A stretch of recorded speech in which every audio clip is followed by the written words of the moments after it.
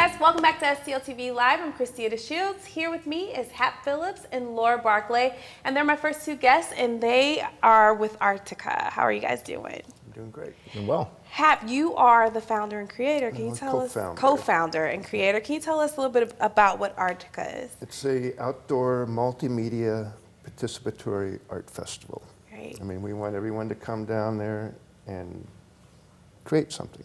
Right. And Laura, there's all kind of artists. What kind of artists come down to the festival? All kinds. Almost a better question is what kind don't. No, there's anything can happen. There will be sculpture and installation and light, projection, painting, live painting, dance, poetry, musicians, you name it. And how did this start? What was the purpose behind this? My wife and I lived in this neighborhood. It's just half-mile north of Eadsbridge. We lived in that neighborhood, and it was pretty much abandoned. Mm-hmm. We had a Memorial Day weekend and invited a bunch of artists to come down and barbecue, and everyone's just kind of like, we should do a festival here. Mm-hmm. So we did. Great, and it's been going on for 12 years. Yeah. How have you seen it grown from 12 years?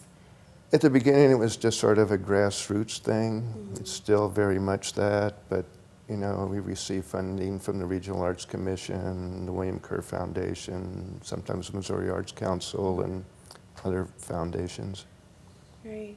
Tell us a little bit about the artists. They come and actually create art there. Yes. You've created some art there. Can you talk a little bit about what you've created and other artists as well? Sure. I started doing a tradition of trying to build something every year. A sculpture, a large wooden sculpture that will burn in a controlled burn for the community to watch and participate in. We have it right here. Can you talk to us that about was that? 2011. Wow. Our Lady of Artica.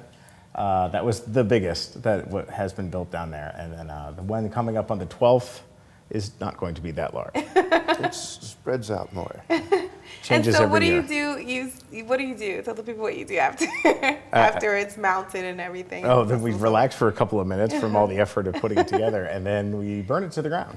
Wow. And burn it to the ground with a lot of help from the participants and people that we line up ahead of time. Mm-hmm.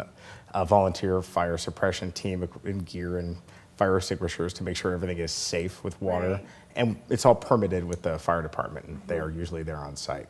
So tell us, why do you burn the sculpture? It's very pretty, for one thing, but it also is a way to have the idea change and watch something change. Fire is, people think of it as destruction, but I like to think of it more as an avenue of change, and you can see your idea and your concept of your work and your art burn and then released into the universe and released into the community for people to share. Right. How did you get involved with Artica? That first Artica that Hap described putting together, I read about it in a 3-line blurb in the RFT, mm-hmm. showed up, blown away, and met Hap and the other founder, Anita Turnage, that day, mm-hmm. and been very close since then. We got involved right away. Right. We're glad he found us. Yeah. What are some of the things that you love? You were trained in sculpture and things like that. What are some of the things that you love to see? Do you also, participate? Do you in the festival as well? Oh, absolutely. I have a background in sculpture, but also spent like 20 years in performance art, and I really like to get people to perform. Mm-hmm. And one thing we do is the Boat of Dreams Parade, where every year we invite everyone to come down, put on your craziest parade costume, and make a boat out of biodegradable materials. Oh, wow. And then we all parade down to the river's edge and put the boat in the water and put your dream in the boat and let it sail away. Wow. And they always come true. Wow, and here's some of the There you pictures go. of that right Mm-hmm. there.